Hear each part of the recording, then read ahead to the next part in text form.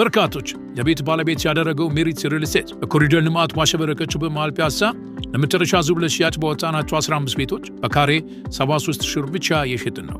ውብ እይታን ከነፋሻማ አየር ጋር የያዙ ቤቶችን በአራራ ፓርክ እንዲሁም ወዳጅነት ፓርክ ፊት ለፊት እየገነባን በሚገኘው ዘመናዊ መንደር ውስጥ ምቹ በሆነ አከፋፈል 100% ለሚከፍሉ ደንበኞች 30% ቅናሽ የተደረገባቸውን ባለ 1 መኝታ በ3.6 ሚሊዮን፣ ባለ 2 መኝታ በ5.8 ሚሊዮን፣ ባለ 3 መኝታ በ8.4 ሚሊዮን ብር አቅርበናል።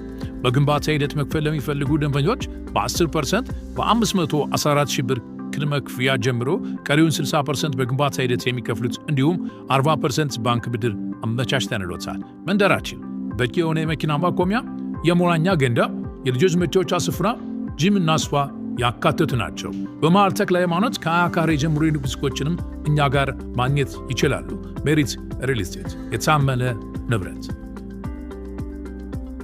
የኢራን አብዮታዊ ዘብ በመቶዎች የሚቆጠሩ የሚሳኤል ማዕቶችን ወደ እስራኤል እምብርት መርጨቱ ተሰምቷል። የቴል አቪቭና የኢየሩሳሌም ነዋሪዎች ከሞት ጋር ፍለፊት እየተጋፈጡ መቃብር በሚመስሉ የመሬት ውስጥ መጠለያዎች ውስጥ በፍርሃት ተቆልፎባቸው ለማደር ተገደዋል።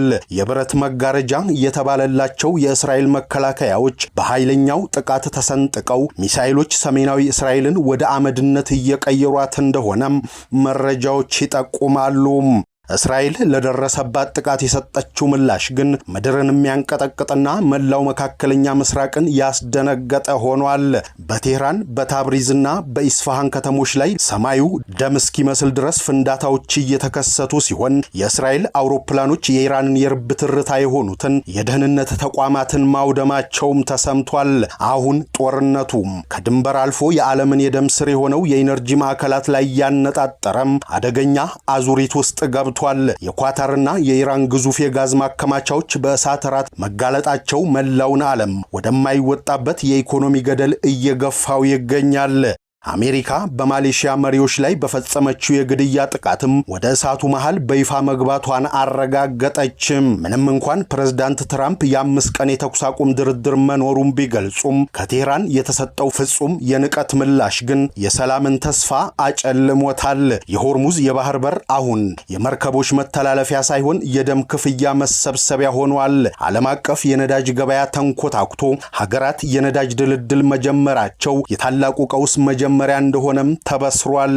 ይህ ማንም ሊገታ የማይችለው የእሳት ማዕበል መላውን የሰው ልጅ ወደማይመለስበት የጥፋት ምዕራፍ እየነዳው ይሆን ወይ? የኢራን ቀጣይ እርምጃስ ምን ይሆናል? እስራኤልስ እስከምን ድረስ ትገፋለች? አብራችሁን ስትቆዩ በዝርዝር እንነግራችኋለን።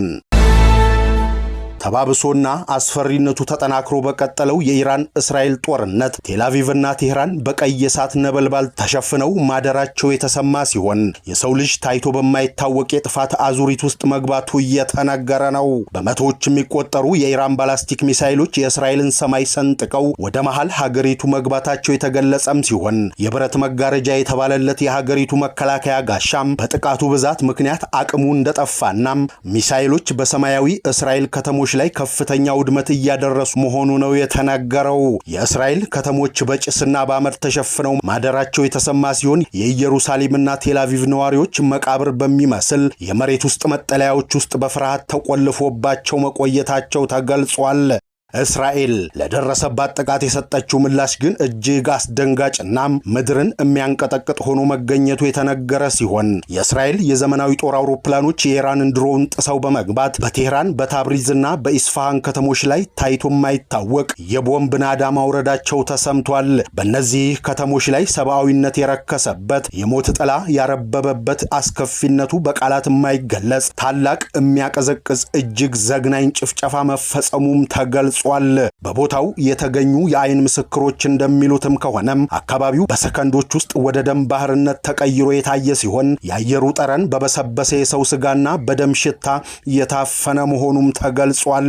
ይህ ድርጊትም የተፈጸመበት ሁኔታ እጅግ አሰቃቂና ጭካኔው ወደር የሌለው እንደሆነ የተነገረ ሲሆን ሕፃናት፣ እናቶችና አዛውንቶች ሳይቀሩ በጭካኔ የተገደሉበት እንዲሁም የሰውነት ክፍሎች የተቆራረጡበት ሁኔታ መፈጠሩም ተነግሯል።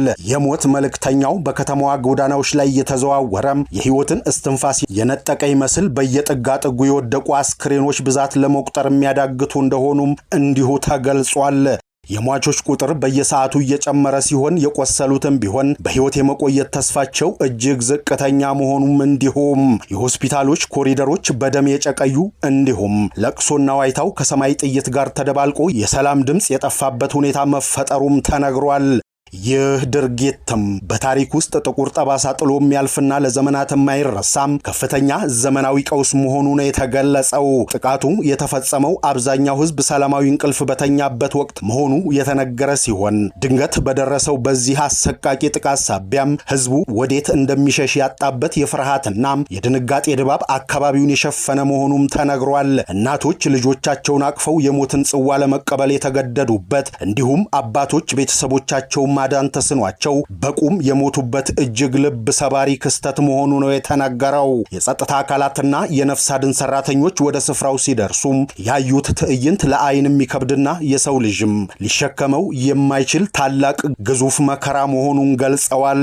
በየቤቱ ውስጥ ያረፈው ደምና የተሰባበሩ አጥንቶች የገዳዮቹን እጅግ አረመኔያዊ ባህሪም የሚያሳብቁና የሚያሳዩ ናቸው ተብሏል። በአሁኑ ወቅትም አካባቢው በከፍተኛ ወታደራዊ ጥበቃ ስር ገኝ ቢሆንም አሁን ድረስ የፍንዳታና የለቅሶ ድምጾች አልፎ አልፎ እንደሚሰሙም ተነግሯል። የሟቾች ቁጥር የቀብር ስነ ስርዓት በጅምላ እየተከወነ መሆኑ ሲነገር የመላው አካባቢው ነዋሪዎች በታላቅ ሐዘንና ድንጋጤ ውስጥ መሆናቸውም ተገልጿል። ይህ የደም ምድር ዳግም ወደ ነበረበት ሰላማዊ ሁኔታ ለመመለስ ረጅም ጊዜ እንደሚፈጅም ተገልጿል። አሜሪካ ቀደም ሲል በፕሬዝዳንት ትራምፕ አማካኝነት ይፋ አድርጋው የነበረውን የ5 ቀን የተኩስ አቁም ስምምነት በገዛ እጇ ማፍረሷ ሲነገር የአሜሪካ ጦር በኢራን በሚደገፉ የሚሊሻ መሪዎች ላይ የግድያ ጥቃት መፈጸሙን ተከትሎ ዋሽንግተን በይፋም ወደ ጦርነቱ መግባቷ ነው የተሰማው። አሜሪካ አሁን ላይ በኢራን ውስጥ የሚገኙ ቁልፍ የኢነርጂና ወታደራዊ ኢላማዎችን እየደበደበች መሆኑ የተሰማ ሲሆን ይህ ቀውሱን ይበልጥ ውስብስብ አድርጎታል። በሌላ በኩል ኢራን የአሜሪካን ጥቃት ለመበቀል በመካከለኛው ምስራቅ የሚገኙ የአሜሪካ ወዳጅ ሀገራትን ማጥቃት መጀመሯም ቀጠናው ሙሉ በሙሉ በእሳትና በጭስ ተውጦ እንዲገኝ አድርጎታል። ሩሲያ በዚህ ጉዳይ ላይ የሰጠችው ጠንካራ ማስጠንቀቂያም ዓለምን ይበልጥ ስጋት ውስጥ ጥሎታል ነው የተባለው። አሜሪካ የኢራንን የኒውክሌር ማዕከላት እምትመታ ከሆነ ሞስኮ ዝም ብላ እንደማትመለከት ማስጠንቀቋ የተሰማ ሲሆን ይህ የሀያላን ሀገራት ፍጥጫ ጦርነቱን ወደ ሶስተኛው ዓለም ጦርነት ሊቀይረው ይችላል የሚል ስጋት እንዲነግስ ማድረጉ ነው የተገለጸው። የሩሲያ ጦር ከፍተኛ ንቃት ላይ እንዲሁም መታዘዙ የተሰማ ሲሆን ይህም በምዕራባውያን ዘንዳ ትልቅ ድንጋጤ መፍጠሩ ተነግሯል። የዲፕሎማሲው ጠረጴዛ ተሰብሮ በምትኩ የደም ካርታዎች መዘርጋታቸው የጦር ፕላኖች ሞተር ድምፅ ዓለምን እያናወጠው መሆኑ በአንድ ወቅት የዓለምን ንግድ መስመር የነበረው የሆርሙዝ የባህር ሰርጥ አሁን ወደ ዘግናኝ የደም ክፍያ መሰብሰቢያነት መቀየሩ መርከቦች የሚያልፉበት ሳይሆን የሚሰምጡበትና መርከቦች የባህር ሲሳይ የሚሆኑበት የሞት ወጥመድ መሆኑ የተነገረ ሲሆን የባህሩ ሞገድ በዘይት ሳይሆን በሰው ደም እየጨቀየ እንደሚገኝ ነው የተነገረው። የባህር በሩ መዘጋት ወደ ሲኦል መግቢያ በር ሆኖ ይህንን ተከትሎ የዓለም አቀፍ የነዳጅ ገበያ ድባቅ ተመትቶ መፈራረሱ የተነገረ ሲሆን ሀገራት ያሏቸውን አነስተኛም የነዳጅ ክምችቶች በድልድል ማከፋፈል መጀመራቸው የሰው ልጅ ወደ ጨለማው ዘመን እየተመለሰ መሆኑን አመላካች መሆኑ ተነግሯል። መብራቶች እየጠፉ እንዲሁም ፋብሪካዎች እየቆሙ የትራንስፖርት አገልግሎቶች እየተጎተቱ መሆናቸው የታላቁ የዓለም ቀውስ መጀመሪያ እንደሆነ ነው የተነገረው። የረሃብና የጨለማ ጥላ መላውን ዓለም መሸፈኑና ተስፋ መቁረጥ በየቤቱ መንገሱም ተገልጧል። የወታደራዊ ተንታኞች እንደሚሉትም ከሆነ አሁን ያለው ሁኔታ የትንሿ ግጭት ፍጻሜ ሳይሆን የትልቅ ሰው ልጅ እልቂት መጀመሪያ መሆኑ ሲነገር የሚሳኤል ድምፅ የአየር ሞገዱን ወሮታል። እንዲሁም የራዳር ስክሪኖች በማይታወቅ የሚሳኤል ምልክቶች ተሞልተው የከተማዎች መፈራረስና የህንፃዎች አመድ መሆን ተራ ዜና ሆኖ ማለፉ እጅግ ሰቅጣጭ መሆኑ የተገለጸ ሲሆን ይህ ጦርነትም አሸናፊ የሌለው ሁሉም ወገን ወደ መቃብር የሚወርድበት የጥፋት ድግስ መሆኑ ተነግሯል። ሰዎች ለጥቂት ሊትር ነዳጅ ሲሉ እርስ በርስ የሚጋደሉበትና የጉልበተኛ አገዛዝ የነገሰበት ወቅት መቃረቡም ሲነገር ከቴህራን የሚወጡ መረጃዎች እንደሚያመላክቱትም ታዲያም ማንኛውም የአሜሪካ እርምጃ በመቶ እጥፍ አስከፊ በሆነ ምላሽ እንደሚስተናገድ ሲገልጹም ይህ ማለት ደግሞ ከተሞች በእሳት የሚለበለቡበት የኒውክሌር ክረምት መቃረቡን የሚያበስር ነው ይላሉ። ሰብአዊነት የረከሰበትና ርህራሄ የጠፋበት ይህ ወቅትም በሰው ልጅ ታሪክ ውስጥ ታይቶ የማይታወቅ ጥቁር ነጥብ መሆኑ ነው የተነገረው። የዓለም መሪዎች ከመረበሽ ባለፈም መፍትሄ ማምጣት ተስኗቸው የሆርሙዝ የባህር ሰርጥ አሁንም የደም ሽታ እየተፋ መሆኑ የተነገረ ሲሆን የዓለም ሕዝብ በታላቅ ጭንቀትና ዋይታ ውስጥ መውደቁም ተገልጿል። በእስራኤልና በአሜሪካ ጥምረት በኢራን ቁልፍ የኢነርጂ መሰረተ ልማት ላይ ጥቃት መፈጸሙ ሲገለጽ በኢስፋሃንና በካራምሻር ከተሞች የሚገኙ የኃይል ማዕከላት ኢላማ መደረጋቸውም ተነግሯል።